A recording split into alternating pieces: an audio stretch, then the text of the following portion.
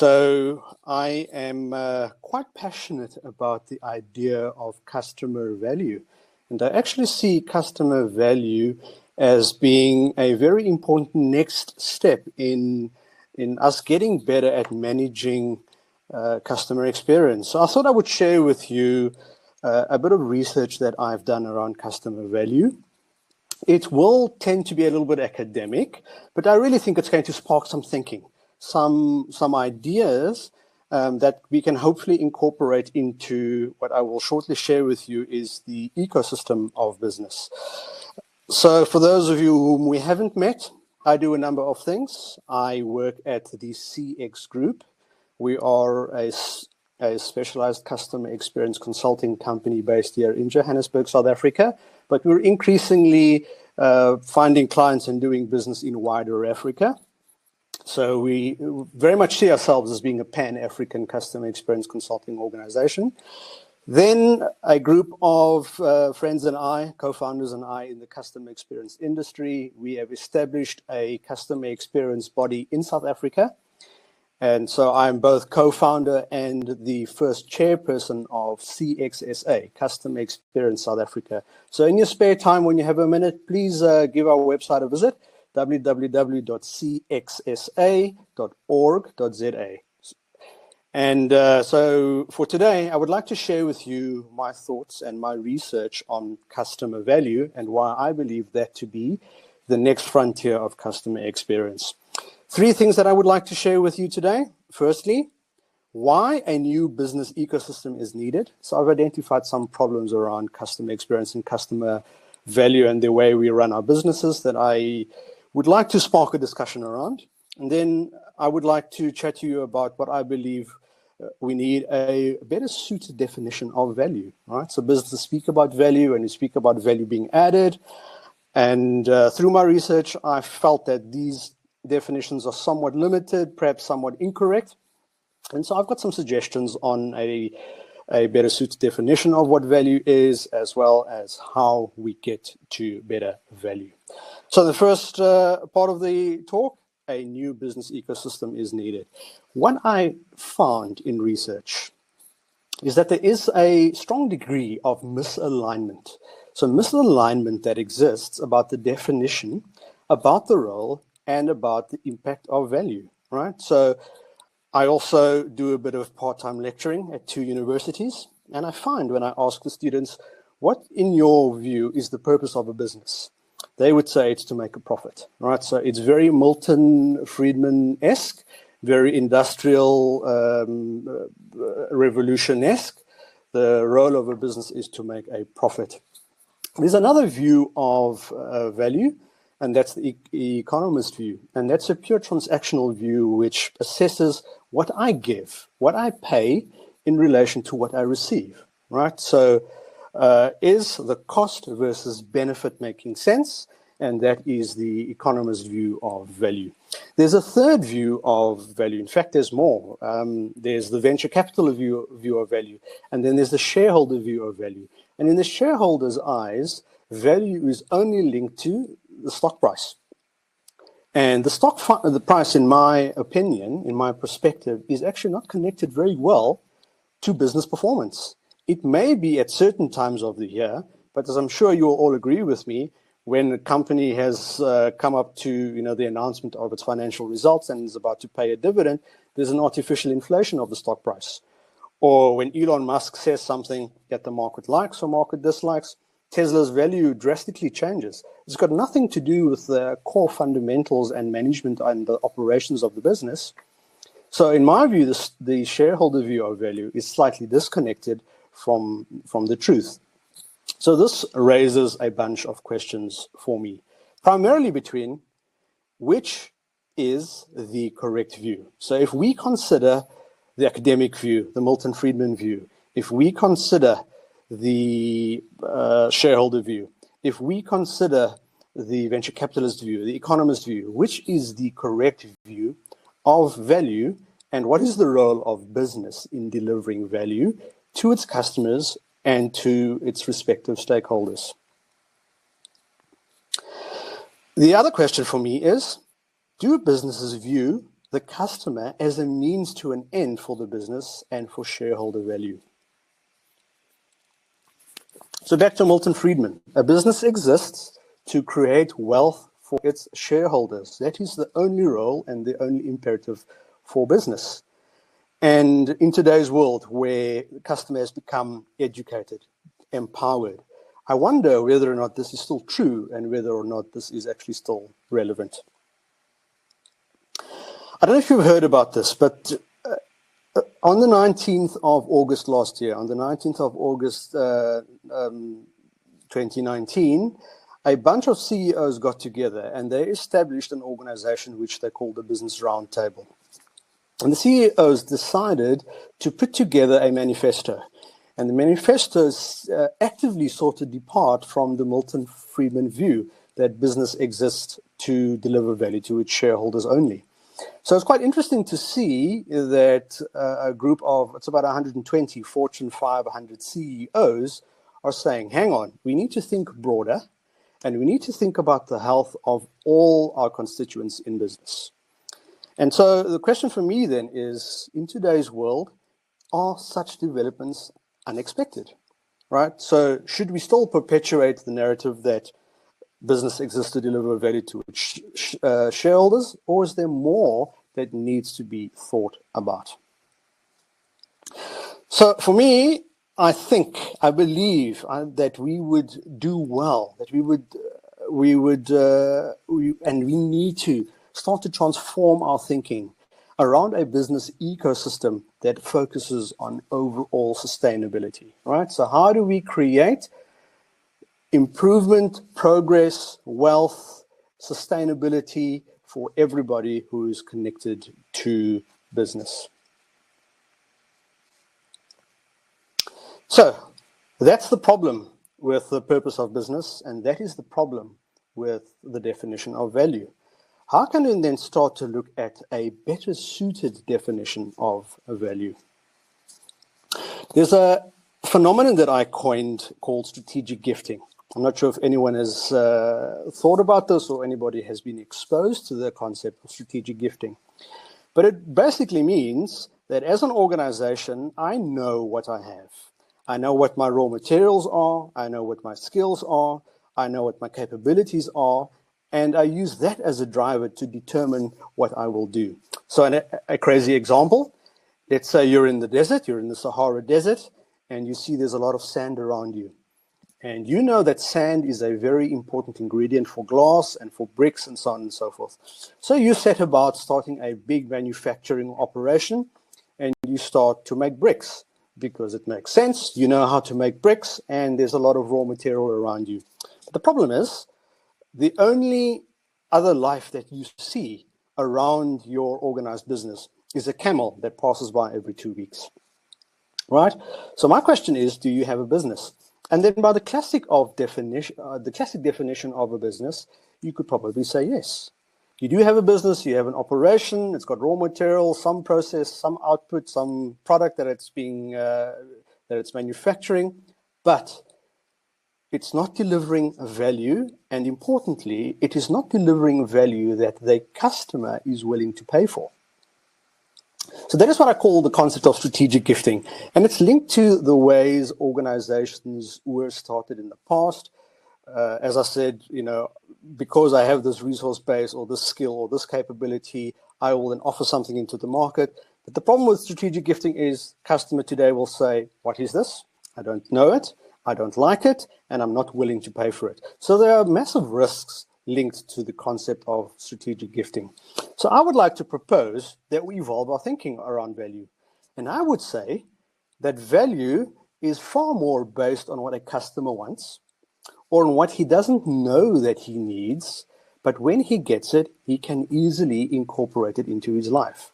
So we deliver something to a customer that enables him to make progress in his life. And I think that starts to give us the fundamentals, the basics of a far better definition and a far more sustainable definition of value and to customer value. What if we then decided to redefine value as having the right product at the right time to enhance the life and the lifestyle of a customer. So very often you will hear, was value added or was value not added? And when we say that, often when I hear that in business, it is not too well connected to the idea of enhancing progress for the customer, whoever the end customer may be, whether it's a business or whether it's a consumer. So what if we started to reframe our thinking and thought about the job to be done for the customer, the progress that the customer would like to make, and our role as an organization in enabling the customer to make that progress. A definition of a product that I thought I wanted to share today, that I was exposed to. Products are the vehicle to transfer value, and in this case, it's to transfer money, to transfer cash from the customer's bank account into business. I say this because I know there are various core competencies and strengths and ways that organizations define themselves to be, for example, sales-led, or to be marketing-led, or to be product-led, or to be customer experience-led. Now, I am a customer experience professional, and so are most of us on the call here today. But certainly, I wonder whether there's a gap in understanding that the only role of a product is to transfer value, that cash, that money from the wallet of the customer to the business. In other words, we need to develop, and we need to offer, and we need to deliver products and services that customers are willing to pay for. Value is contextual, right? So what I find valuable today in terms of the products and services that I buy will differ as I progress through my life journey. So we all go through a life stage, from being a child to perhaps being a teen to a young adult to maybe a more mature adult, and so on and so forth. As our life stage changes, our needs change, our preferences change, and what we do and the purpose for which we buy products and services change. So when we start to think about the purpose of business, and when we start to think about value, I would love to see organizations start to speak more about increasing the amount of customer value that we give, as well as looking at the role of products and services and how they fit together to ensure that the life stage of the customer is enhanced and that value is given to the customer based on his need, his desire, and his preference, even if it means that we cater to a very niche set of customers who have ego as their primary driver, ego as the primary motivator for why they buy products and services. So this starts to make sense when you think of brands like, perhaps Rolls-Royce, Bentley, Porsche, and so on. Not everybody's brand, but certainly those who can afford it and those who have a massive ego who would like to have a Porsche, they go out and get it. So value is contextual, and organizations who understand that they can play a role in delivering better value for customers and making progress for customers based on their terms, I believe will be the brands who succeed in future. Right, so we've spoken quite a bit about value, which is quite cold and hard, but how does that link to customer experience? So when you look at the literature, the science around value, there's tangible value that an organization delivers, and there's intangible value. So tangible value is in the products and the services that you offer. So what is it that you put out into the marketplace that becomes a product, and the product takes money out of the customer's wallet, transfers that money into the company's bank account. That's tangible value. It's the products and services that you can more or less buy and see and touch. However, there is an intangible dimension to value, and that is customer experience. So what you do and how you do it, right? What you deliver and how that lands in the marketplace that will result in the impression, the perception that the customer has about you, your brand, and your product. That's the intangible side to value. So you need to have a handle on both sides, and you need to ensure that the value that you deliver has a good level of quality in the tangible components and a very good level of quality in the intangible components.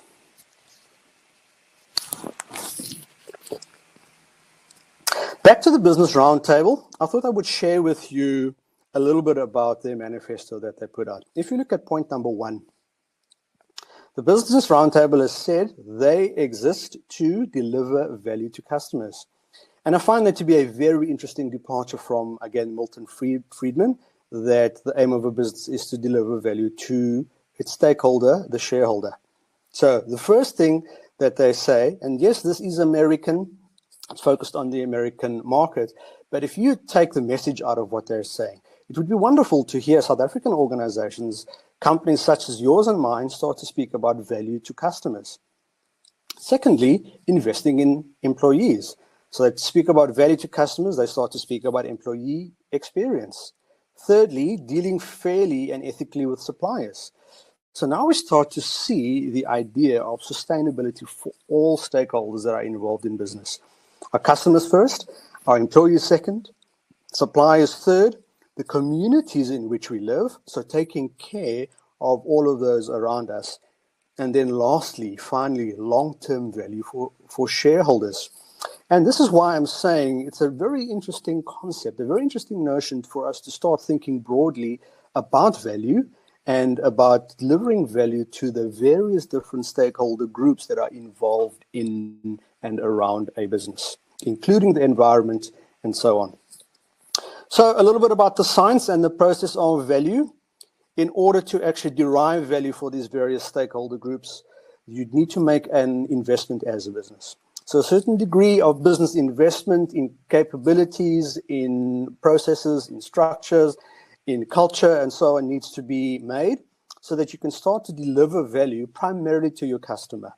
And if you're delivering value that the customer appreciates and that's enabling the customer to make the progress that he desires, that results in value back to the business. So it's an endless cycle. Investing a little bit to deliver value, the customer paying for products and services that return value to the business, and the business then deriving mutually beneficial value from that. And of course, the customer experience is wrapped up in that delivery through the intangible value component. So again, what if we redefine the role of a business to delivering value that a customer is willing to pay for? So firstly, we said that the customer wants to make progress, he's got a job to be done, and is coming to our organizations to rent and acquire products and services that enable him to make that progress. But you've got to ensure that the customer is willing to pay for those products and services, because then you're solving his problem with a business model. And so if we have products and services, that vehicle that transfers money from the customer to the business, customers willing to pay for it, we're helping them to make progress in the business, I think we're getting much closer to a more suitable definition of what value is. So ladies and gents, I can see what's happening in the chat. Would love to hear your thoughts and whether or not this is connecting with you and what you think about these ideas around customer value. So the third thing very quickly is, how do we get there? And when we talk about a business ecosystem, what does that refer to? And how does looking at business through the lens of an ecosystem help us to derive better value? So an ecosystem in nature, very simple. If you look at, for example, a reef, right? A reef in the ocean, everything is connected. There's a strong sense of connection. So health to the entire reef means health for every organism. And if one of them is not well, if one leg in the chain is not at optimal health, the entire ecosystem is affected. So there's connection.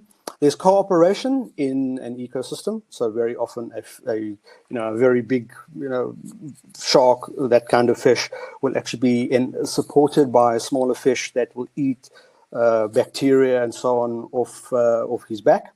So there's cooperation, and there's also a cause and effect that happens.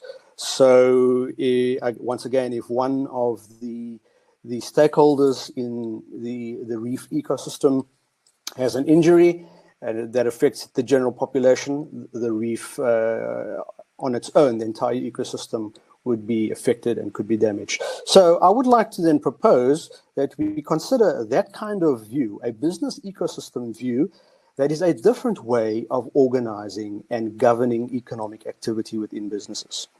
How would that look? Well, this is a model that I put together in about 2014. So what we're basically saying here is we need to look at a modular a customizable, a multilateral, and a coordinated way to view our businesses that considers the business value process, but takes care of all the capabilities and the competencies within a business at various different levels to ensure that value is created. So I started off by saying there's a loop, a cycle between leadership and vision, strategy and implementation, and measurement to know that we're actually getting things done in order for the model to fundamentally work. And once that governance framework is set up, we start to manage core competencies and business capabilities. And my definition of a capability would be within the context of a customer outcome. So something that the customer is seeking to achieve that makes progress. How does the combination of process, of people, and of technology, those three components, how do they interact, cooperate, and interrelate within this context of the customer outcome in order to make progress for the customer? And that stuff can be managed, it can be monitored, it can be controlled, and can be organized. So what I'm suggesting is there are various different spheres within a business. Each has its own set of core capabilities and competencies that need to be managed that lead up to value. So firstly, it's about understanding our customers, the customer sphere. Then it's about understanding and linking products and services into propositions. So these are groups of products that work together to deliver on a customer need. Then it's about actually managing your competencies and your capabilities within business. You look at culture on the one side, you look at core competencies within business using the classic definitions defined in science, but you manage your competencies in order to deliver on the customer outcomes, which delivers on the customer value. So this, in my mind, is an ecosystem around business. And the idea that I'm promoting is how can we take this and test it and perhaps implement the idea of a business ecosystem around capabilities and competencies that delivers on customer value and customer value outcomes. So we're after mutual value here. We're after value for the customer, and we're after value for the organization and all the various stakeholders in between. And I'm proposing that to derive mutual value, that we need to invest in customer value capabilities, and that we need to evolve maturity of customer value capabilities in order to get better and better at delivering value for customers and deriving better value as a business, as organizations that delivers value to our three or our many stakeholder groups. Coming in for landing, ladies and gents, almost there. But there is an evolution of management concepts, right? From quality control back in the industrial age through the more modern, contemporary customer satisfaction management concepts.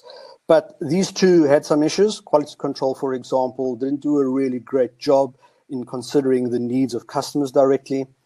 Customer satisfaction, a little bit better, but it didn't always explain customer behavior. Right, so sometimes we would see churn, even though customers are satisfied, and we couldn't correlate the two. Why would a satisfied customer not remain loyal? And that remains, in our view, still a significant challenge and a question for CX practitioners to solve. The idea around customer value management for us is it offers the best way to actually provide value to the customer, and this perceived value will do a better job at actually explaining customer behavior. So how do we get there? Well, I have developed a model that does three things. It gives you a diagnostic assessment and starts to show you where you find yourself on the maturity level around value. Then as we roll this out and expose it to more people, what we're starting to do is start to benchmark information. So we find where various companies, various industries, and various countries are on the value delivery scale. And we use the diagnostic assessment to also create a customer value and customer capability roadmap that we link to your company strategy and your vision around customer experience in order to create better value. This very quickly is a view on what the maturity assessment looks like for your customer value maturity. And so we look at various dimensions and we look at various strategic management practices and how those interrelate in order to deliver on better customer value. I said to you that I'm a little bit academic. Apologies for that, but this is an idea that I'm putting out. There are some case studies to go and look at. A very big one was done in South America between a couple of banks. On the left-hand side here, you can see some of the brands that were involved. And on the right-hand side, you can see what is called a value map. So you look relative to competitors, how customers felt about brands that delivered the best value versus brands that delivered the worst value for customers. And a lot of really insightful information has come out of that. And the brands that you could seriously would obviously be far more able to deliver better value to customers.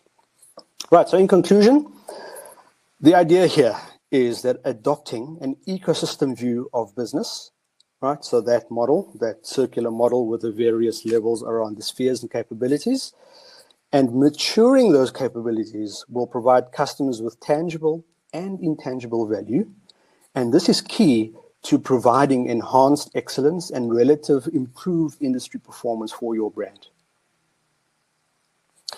We can all agree 2020 is an interesting year. COVID-19 has changed everything. And of course, in today's world, it is the disruptive thinking, not the innovative thinking, the disruptive thinking that I think has the best chance of being able to make a tangible difference to business models and to sustainable business value outcomes that first matter to customers, employees, the suppliers, community around us, and shareholders. That is it, ladies and gents. Thank you for your time and for listening to what we had to share. We'd love to hear from you via the chat or via email or via social media, whether you have any thoughts or ideas on the concept of customer value and what we have shared today. And of course, if it's something that you are interested in investigating and investing in for your business, obviously we would love to talk to you as well. Thank you very much. All right.